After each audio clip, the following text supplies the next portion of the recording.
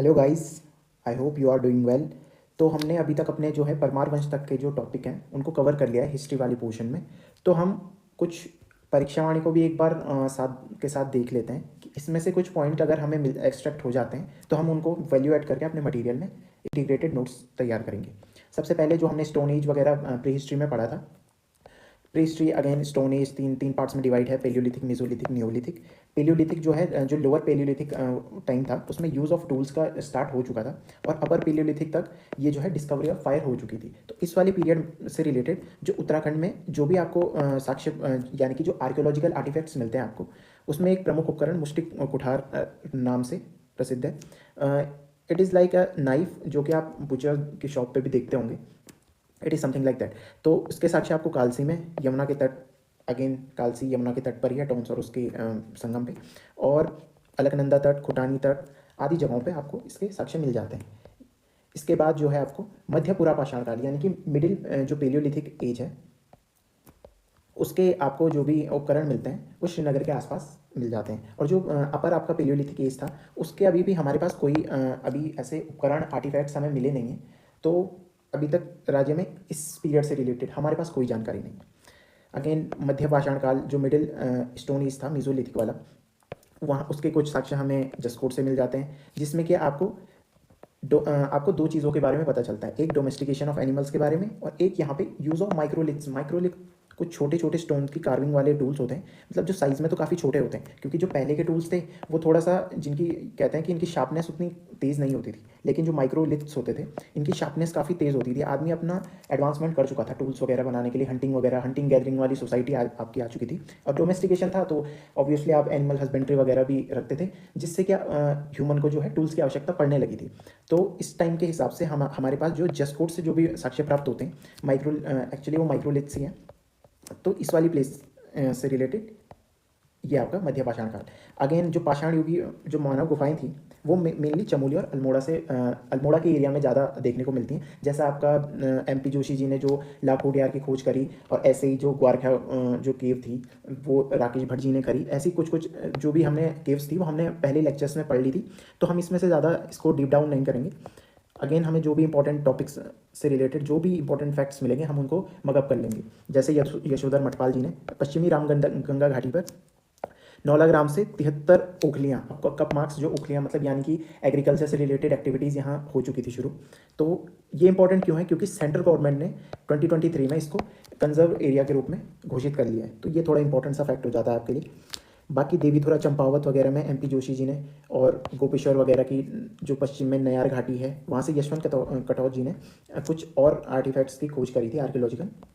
इसके बाद हम आगे बढ़ते हैं मेटल एज की ओर। मेटल एज अगेन आपका स्टोन एज के बाद जो मेटल एज आती है उसमें जैसे आपका चालकोलिथ हो गया, उसके बाद ब्रॉन्ज एज हो गई, और उसके बाद आपका आयरन एज जो वैदिक एज के टाइम की पीरियड की बात करता है।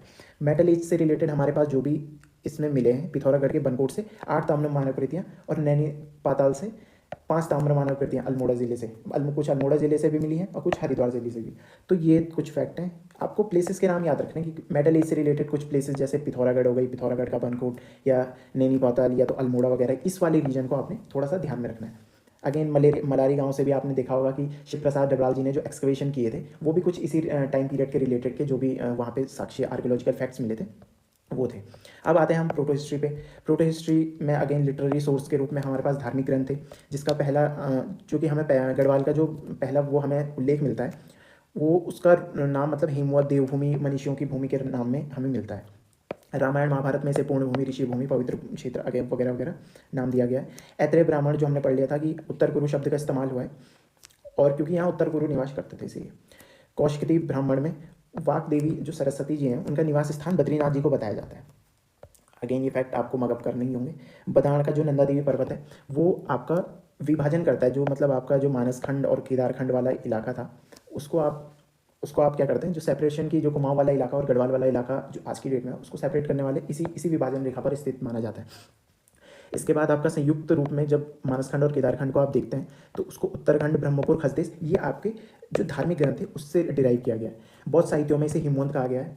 अगेन फिर गढ़वाल क्षेत्र की बात करें तो इसको कुछ स्पेसिफिक आप संबोधन देखना चाहें तो हिमवत महाभारत में जैसे उत्तर कुरु, पुराण काल में केदारखंड कहा गया है, और पुराणोत्तर में केदार मंडल, बद्रिकाश्रम, तपोभूमि वगैरह वगैरह इसके नाम हैं। ऋग्वेद में मतलब असुरराज शंबर जी की ये राजधानी बताई जाती है। और ऋग्वेद में ही अगेन प्राणग्राम नाम से एक ग्राम है जिसमें सप्त ऋषियों का निवास बताया गया है। अलकापुरी कुबेर की राजधानी, अगेन ये PYQ है UPSSC वगैरह का। और मनुष्यों के आदि पूर्वज मनु का भी निवास स्थान इसी स्थल को कहा गया है, अलकापुरी वाले। आगे हम जो इंपॉर्टेंट टॉपिक, ऋग्वेद में ही सप्त सिंधु जो देश गढ़वाल को ही कहा गया है। टिहरी गढ़वाल में कुछ इंपॉर्टेंट गुफाएं हैं, वशिष्ठ गुफा, वशिष्ठ कुंड और वशिष्ठ आश्रम। ये इंपॉर्टेंट PYQs के पॉइंट्स भी हैं, कुछ PYQs में आ चुके हैं। अगेन हम आगे देखें तो गढ़वाल क्षेत्र में जो देवप्रयाग है उसमें मनसार का मेला प्रतिवर्ष लगता है। वो सीता जी की पृथ्वी में समाई थी, इस वजह से उसको कहा जाता है कि उस टाइम पे मेला शुरू हो चुका था। तो इससे मेले के शुभारंभ की वो हम अंदाज़ा लगा सकते हैं। देवप्रयाग में भगवान राम का एक मंदिर है। टिहरी गढ़वाल, अगेन लक्ष्मण जी ने यहाँ तपस्या की थी, तो तपोवन, सब ये आप जानते ही होंगे। महाभारत के वन पर्व में हरिद्वार से केदारनाथ तक का जो आपका सफ़र है जो पांडवों के द्वारा किया गया, उसका जो यात्रा वृत्तांत मिलता है आपको। अगेन लोमस ऋषि भी इसी एरिया में इनका जो है जिक्र आता है।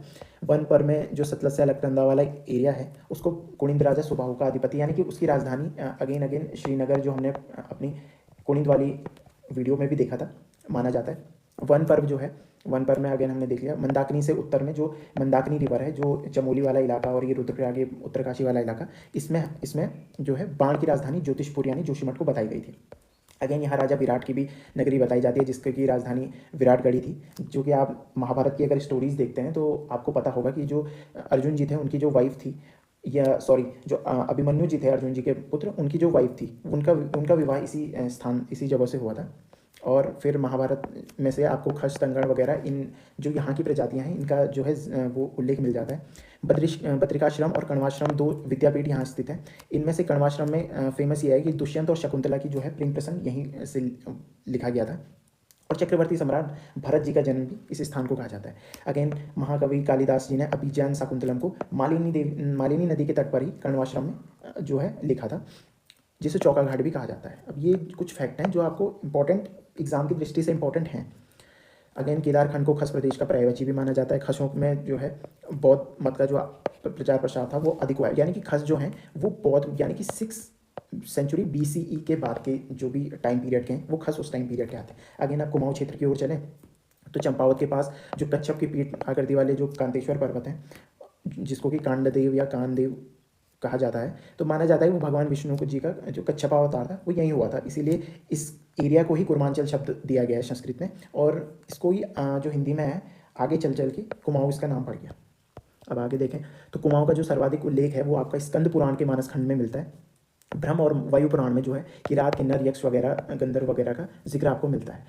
कहा जाता है ऐसी जातियाँ निवास करती थी। महाभारत में भी जो कुर्मांचल क्षेत्र है उसमें ही किरात वगैरह का जो है उल्लेख मिलता है। जाखन देवी मंदिर अगेन अल्मोड़ा में स्थित है। यहाँ इससे पता चलता है कि ये यक्षों का निवास स्थान था। और बेरी नाग, धोल नाग, काली नाग, पिंगली नाग, ये नाग के जो मंदिर हमें प्राप्त हुए हैं, इससे पता चलता है कि नाग जाति यहाँ निवास करती थी। और मेन इंपॉर्टेंट इनका जो मंदिर मिलता है आपको बेरी नाग वाला। अगेन मुंडा भाषा जो है किरातों के वंशजों जो आज भी यूज़ करते हैं, जो अस्कोट और डोटीहाट के एरिया में आज भी रीजन में जो निवास करते हैं, उनके द्वारा ये भाषा इस्तेमाल की जाती है। इससे पता चलता है कि किरातों के ही वंशज है। कुमाऊं में जो है खस का उल्लेख मिलता है। जो बौद्ध धर्म का प्रचार प्रसार था वो यहीं अधिक हुआ था।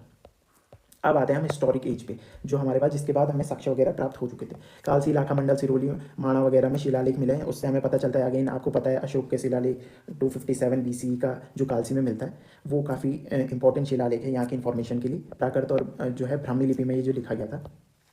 उसके बाद हमने पढ़ा था जब शीलवर्मन जी के बारे में कि इनके द्वारा यहाँ अश्वमेध यज्ञ हुआ था, जो कि वार्षिकोन्या वंश के थे, 4th जनरेशन के जो राजा थे, और ये सबसे प्रतापी राजा माने जाते हैं। तो इनके इस जो बाढ़ वाला यज्ञ वेदिका है, मतलब इससे पता चलता है कि इनके द्वारा यहाँ अश्वमेध यज्ञ हुआ था।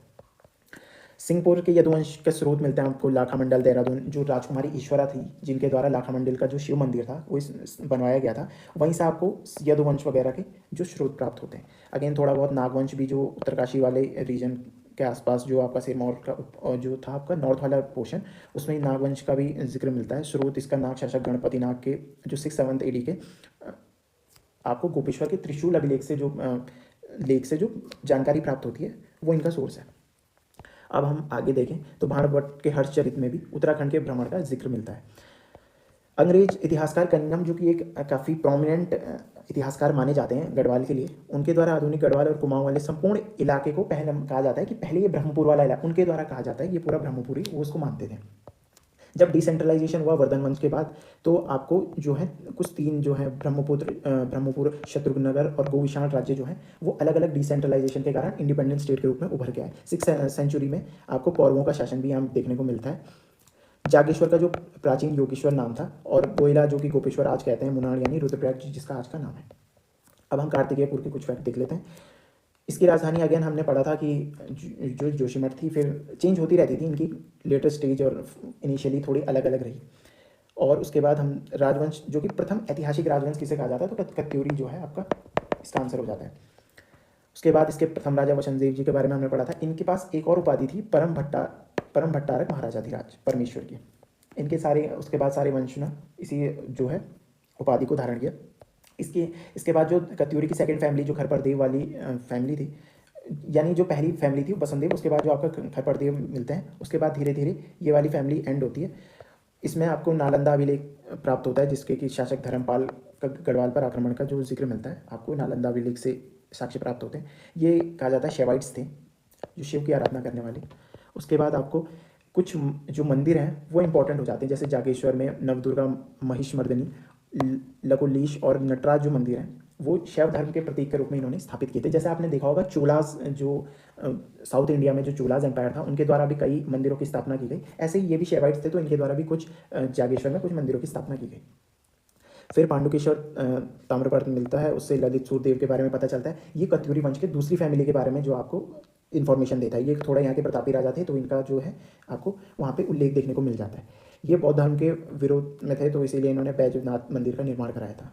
अगेन फिर जो थर्ड वो है आपकी फैमिली आती है कत्यूरी में, जो हमने डिटेल से पढ़े थे अपने जो लेक्चर्स थे उसमें। इच्छरदेव सलोणादित्य वंश की स्थापना करते हैं, इनके फादर थे, पर इस वंश की स्थापना इनके द्वारा ही की गई थी।